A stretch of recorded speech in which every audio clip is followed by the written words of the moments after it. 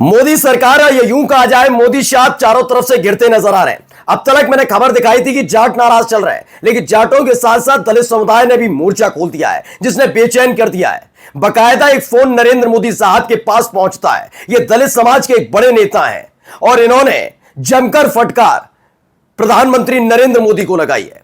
इन्होंने जो बात कही है, इस बात की पुष्टि किसी और ने नहीं बल्कि उसी एक बड़े दलित नेता ने की है कि कैसे दलित समुदाय के साथ पक्षपात किया जा रहा है, अनदेखी की जा रही है और इसको लेकर दलितों में खासा गुस्सा है, नाराजगी है।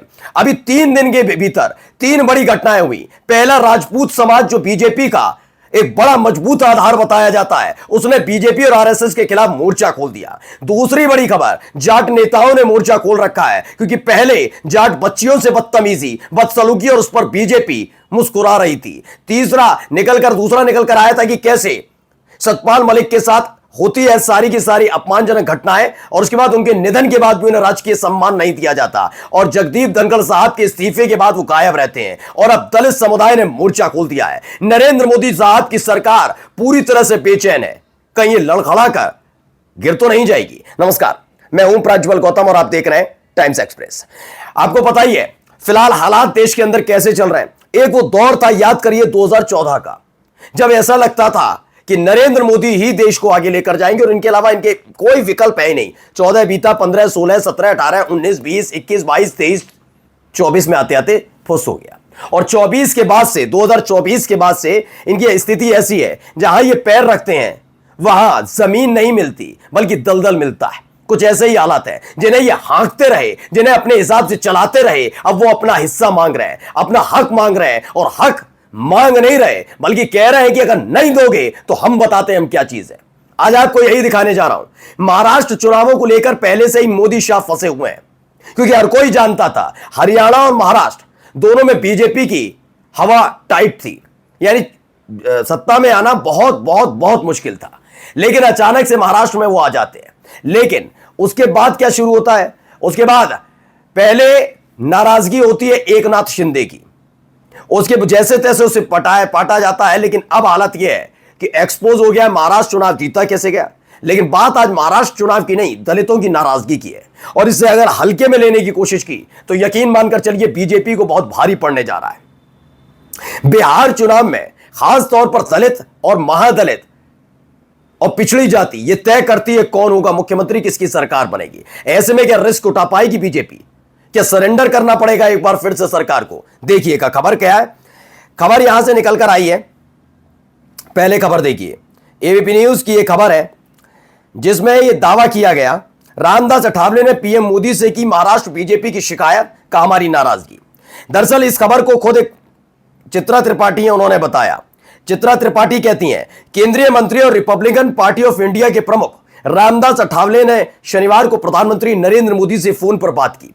अब आप कहेंगे रामदास अठावले एक सांसद वाले, वो भी महाराष्ट्र के, तो सुनिए, आप अगर थोड़ा भी राजनीति के बारे में थोड़ा भी अगर संज्ञान में लेते हैं चीजों को, जो गतिविधियां चल रही हैं, उससे आपको पता होना चाहिए ये इकलौते महाराष्ट्र के ऐसे नेता हैं जो बिहार और उत्तर प्रदेश में अपनी मौजूदगी दर्ज कराते रहते हैं। जी हां, अकेले नेता हैं। इनके अलावा कोई ऐसा नेता नहीं है महाराष्ट्र का, स्थानीय पार्टी का, जो महाराष्ट्र से आकर उत्तर प्रदेश में अपनी मौजूदगी दर्ज कराए, यहां पर राजनीतिक सरगर्मियों को तेज करें, यहां पर आकर अपनी पार्टी की मजबूत जड़ें इकट्ठी करें, तमाम चीजें। मैं ये नहीं कह रहा कि बहुत बड़ा आधार है, लेकिन हां, दलित समाज के अपमान का मुद्दा जो उठाया गया है रामदास अठावले की तरफ से, वो बड़ी बात है। उन्होंने कहा है प्रधानमंत्री नरेंद्र मोदी से फोन पर बात की। इस बातचीत में महाराष्ट्र बीजेपी को लेकर अपनी नाराजगी जाहिर की। क्या कहा? अठावले ने कहा कि कल मैंने पीएम मोदी से करीब 10 मिनट तक बात की। मैंने उनसे महाराष्ट्र के हालात पर अपनी बात रखी।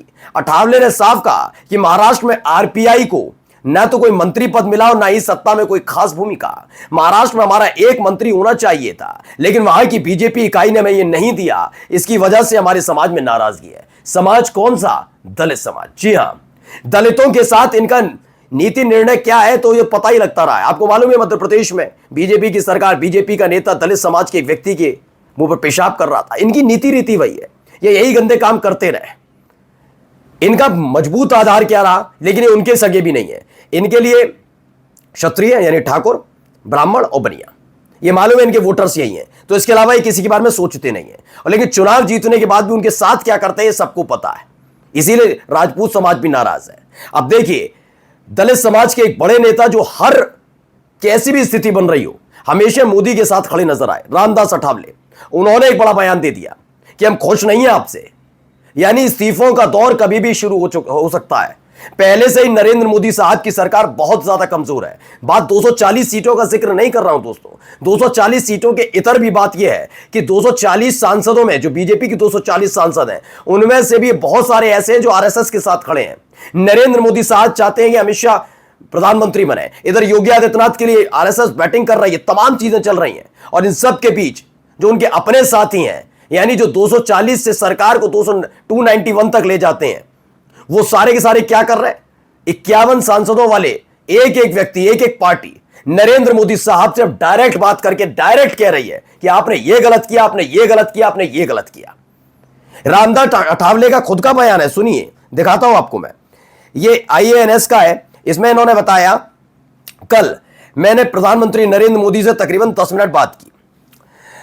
मैंने उनसे हमारी पार्टी में चल रही गतिविधियों के बारे में पूछा और महाराष्ट्र की जो सरकार है, महाराष्ट्र को लेकर नाराजगी व्यक्त की। मैंने वह बताया कि महाराष्ट्र में RPI को शक्ति या पद नहीं मिल रहा है।